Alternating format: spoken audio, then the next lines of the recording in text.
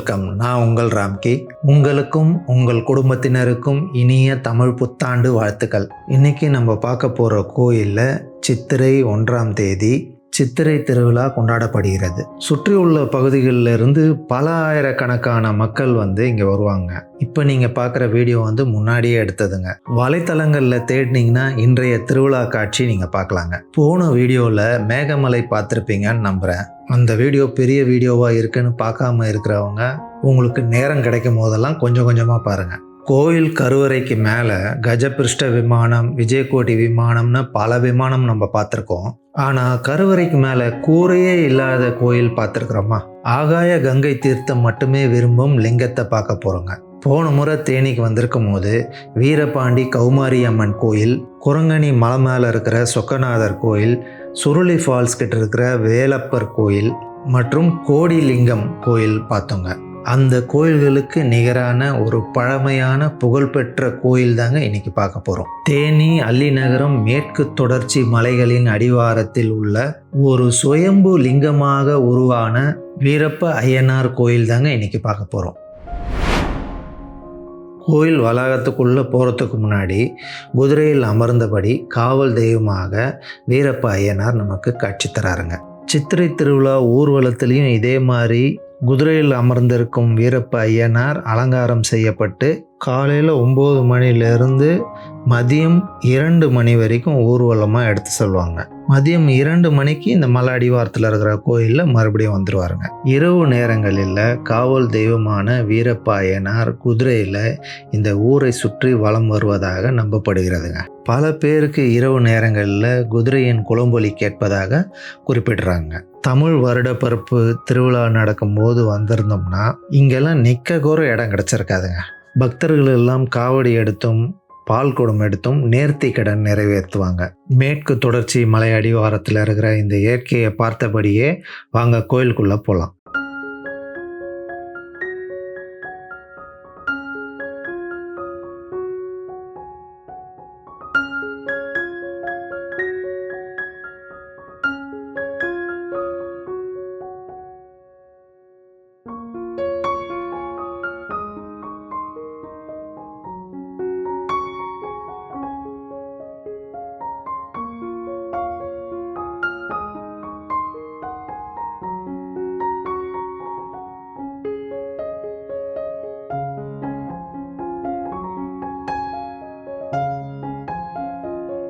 இந்த மாதிரி இடத்துக்கு வந்தால் தாங்க ஆலமரம்லாம் பார்க்க முடியுது. நம்ம பக்கம் இருந்தது எல்லாத்தையும் எடுத்துட்டாங்க.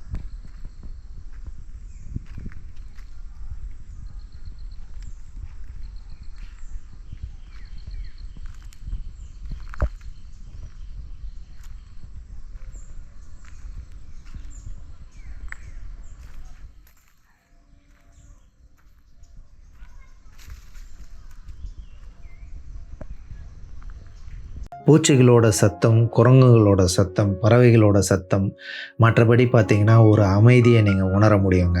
இந்த மாதிரி இயற்கை சூழலில் இருக்கும் இந்த கிராமத்து கோயில்கள், காட்டு கோயில்கள் எல்லாம் நமக்கு ஒரு மன அமைதியை தருதுங்க. குரங்கணியில் இருக்கிற சொக்கநாதர் கோயிலும் கிட்டத்தட்ட இதே மாதிரி தாங்க இருந்துச்சு.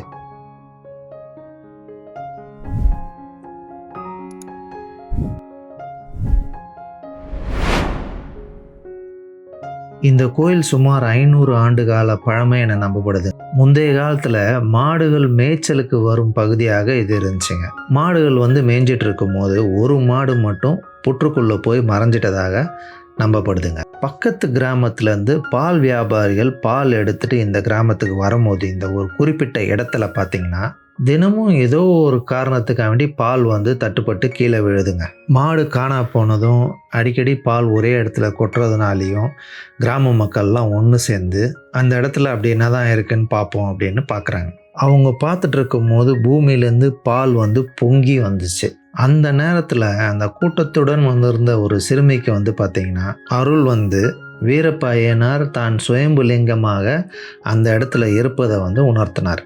ஆலயம் அமைத்து வழிபடுவோருக்கு கால்நடைகளை பாதுகாத்து வேண்டிய வரம் தருவதாக அவர் கூறினார்.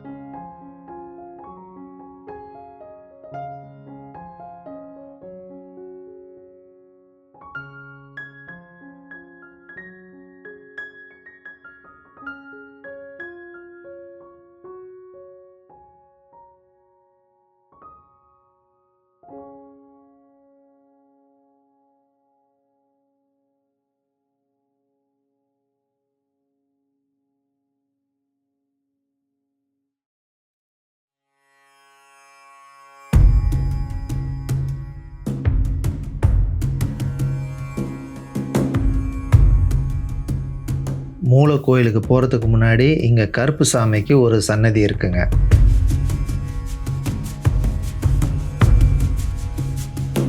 இந்த நந்தி பகவான், நந்தி மண்டபம், கொடிமரமெல்லாம் வந்து சமீபத்தில் கட்டினதுங்க.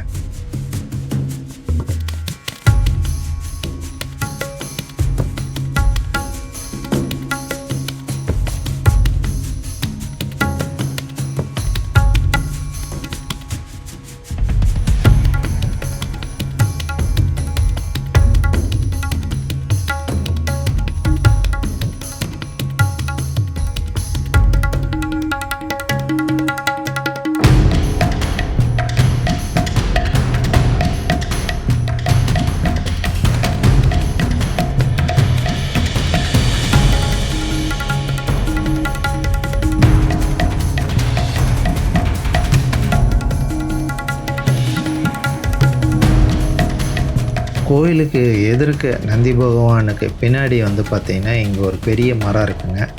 மரத்துக்கு கீழே வந்து ஒரு வேல் ஒன்று இருக்குது.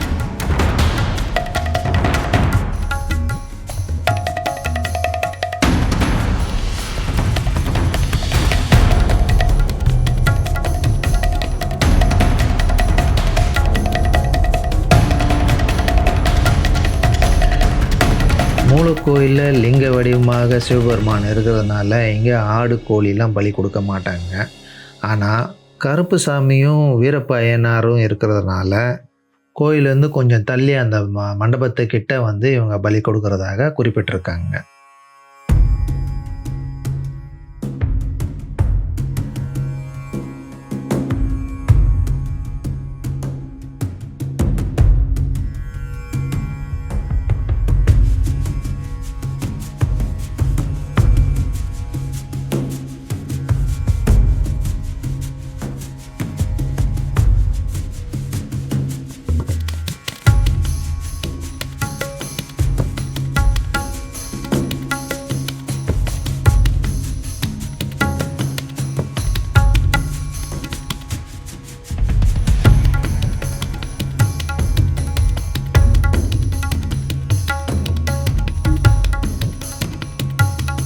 மலைகளுக்கு மேலே இருந்து இந்த நீரோடை வருதுங்க.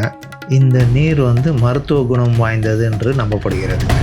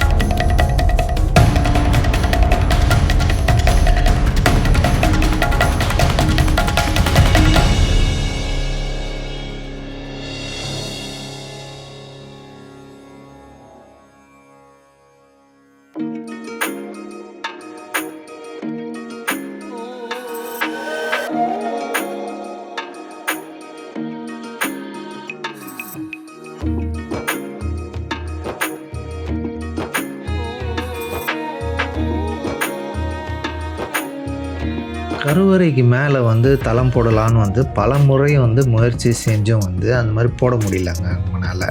பல வாட்டி தடங்கள் ஏற்பட்டதுனால மூலவருக்கு தளம் போடுறதுல இஷ்டம் இல்லைன்றதை இவங்க உணர்ந்து அந்த முயற்சியை கைவிட்டுட்டு மேற்கூரை இல்லாத ஒரு கருவறையாகவே இதை விட்டுட்டாங்க. கருவறையில் இருக்கிற சுயம்பு லிங்கம் வளர்ச்சி அடைவதாக நம்பப்படுதுங்க. பல ஆண்டுகளுக்கு முன்னாடி செஞ்ச கிரீடம் ஆபரணங்கள்லாம் இப்போ பத்த மாட்டுதுங்க. மூலவர் ஸ்ரீ வீரப்ப ஐயனார் சுயம்பு லிங்கமாக நமக்கு காட்சியளிக்கிறார்.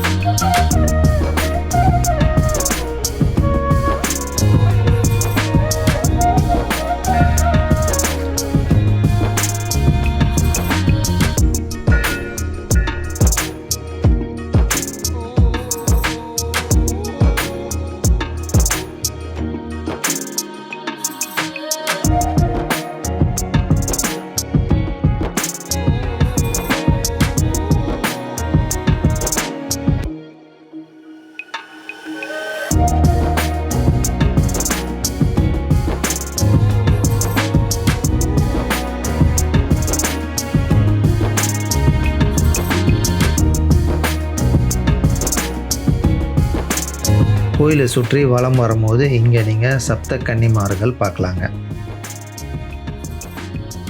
கோயில் சுவற்றில் காரைக்கால் அம்மையாரோட கதையை ஓவியமாக வரைஞ்சிருக்கிறாங்க.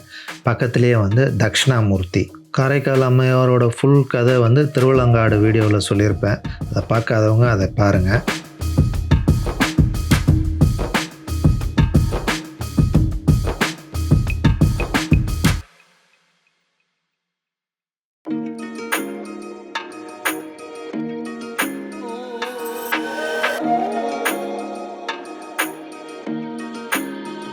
சப்த கன்னிமார்களுக்கு பின்னாடி விநாயகர் நாகர்களுடன் நம்மளுக்கு காட்சி தராருங்க.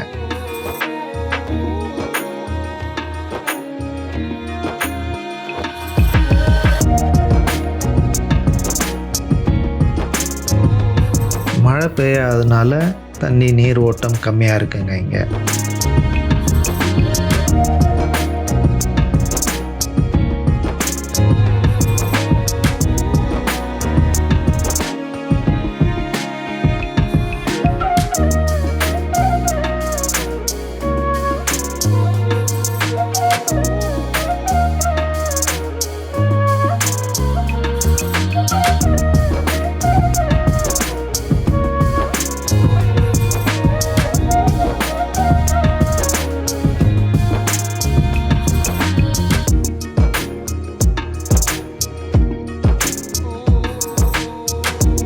கோயில் சுவரில் நாலா பக்கமும் பல சுவாரஸ்யமான கதைகளை சித்தரிக்கும் வகையில் ஓவியங்கள் வரைஞ்சிருக்கிறாங்க.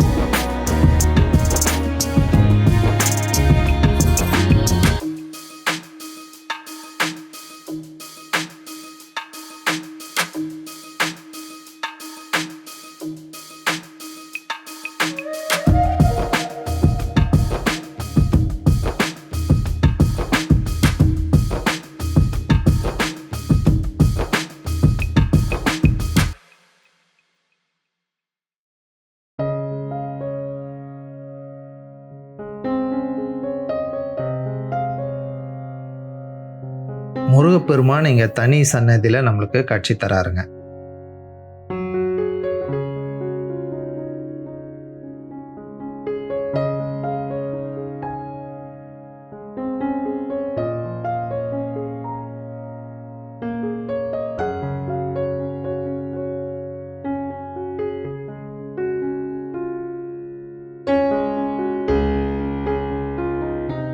இந்த கோயிலோட லொக்கேஷன் லிங்க் டிஸ்கிரிப்ஷனில் கொடுத்துருக்கேங்க.